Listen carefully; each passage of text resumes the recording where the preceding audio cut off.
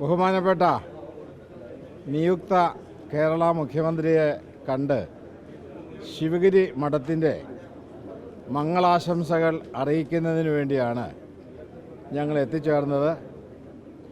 ഞാൻ ധർമ്മസംഘത്തിൻ്റെ പ്രസിഡന്റ് സച്ചിദാനന്ദ സ്വാമി, general secretary Shubhangananda സ്വാമി, മഠത്തിലെ senior സന്യാസിയായ Jnanatheertha സ്വാമി, ഞങ്ങൾ അദ്ദേഹത്തെ കണ്ട് അദ്ദേഹത്തിന് മഠത്തിൻ്റേതായ ഷാൾ അണിയിച്ച് അഭിനന്ദനങ്ങൾ അറിയിക്കുകയുണ്ടായി.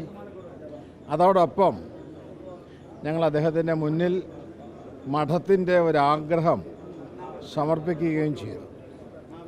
അത് മറ്റൊന്നുമല്ല, ശിവഗിരി മഠവുമായി ശ്രീനാരായണ പ്രസ്ഥാനവുമായി ബന്ധപ്പെട്ട് നിൽക്കുന്ന ഒരു 9 പേര് ജയിച്ചു വന്നിട്ടുണ്ട്. ആ 9 പേരിൽ നിന്നും കേരളകൗമുദി എഡിറ്റോറിയൽ എഴുതിയിരുന്നു, ഒരു 6 പേരെയെങ്കിലും മന്ത്രിമാരാക്കണം. ഞങ്ങൾ അതിൽ നിന്നും വേണ്ട യോഗ്യതയുള്ള 3-4 പേരെയെങ്കിലും മന്ത്രിമാരാക്കിയിരിക്കണം, അതാണ് ശിവഗിരി മഠത്തിൻ്റെ ആവശ്യം എന്ന് ബഹുമാനപ്പെട്ട നിയുക്ത മുഖ്യമന്ത്രിയെ അറിയിക്കുകയുണ്ടായി. അദ്ദേഹം അത് അനുഭാവപൂർവം ഉൾക്കൊള്ളും, അംഗീകരിക്കും, നടപ്പിലാക്കുമെന്നുള്ള പ്രത്യാശയാണ് ശിവഗിരി മഠത്തിനുള്ളത്.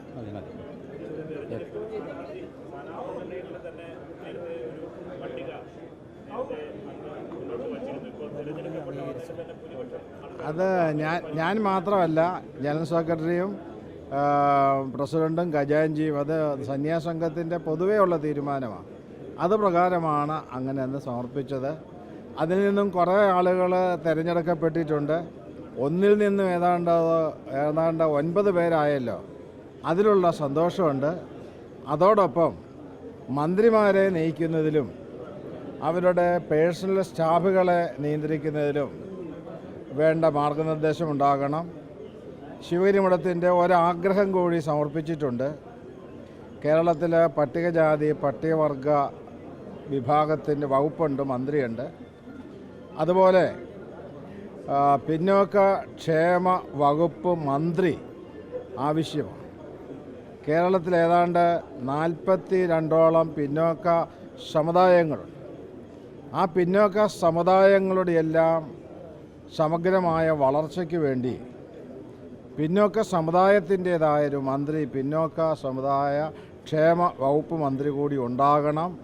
അതിനുള്ള തീരുമാനവും ഗവൺമെൻറ്റിൻ്റെ ഭാഗത്തുനിന്ന് ഉണ്ടാകണമെന്ന് ശിവഗിരി മഠം അഭ്യർത്ഥിക്കുകയാണ്.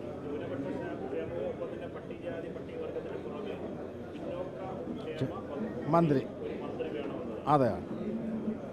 ശരി, നമസ്കാരം.